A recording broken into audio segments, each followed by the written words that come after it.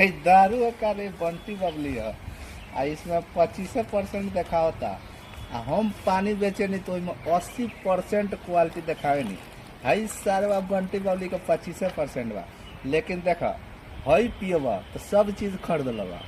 आ जौन हमार पनिया बा तो पियबा तो सब चीज़ बेच देबा। ऐसे कह तनी कि हैकर ज़्यादा सहारा लोगे, जितने पियबा लोगिन उतने खरीदबा लोगिन, आ जितने खरीदबा लोगिन उतने बेचबो करबा लोगिन। जब एक नशा चढ़ जाई तो एक दिन में सब तार किना जाए या एक दिन में बेचा जाए।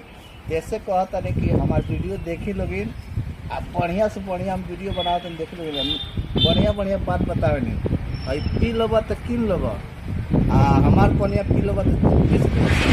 ऐसे कहे नहीं कि हई लाइक मारो लोगिन आ दनादन वीडियो देख लोगिन, दनादन दनादन दनादन।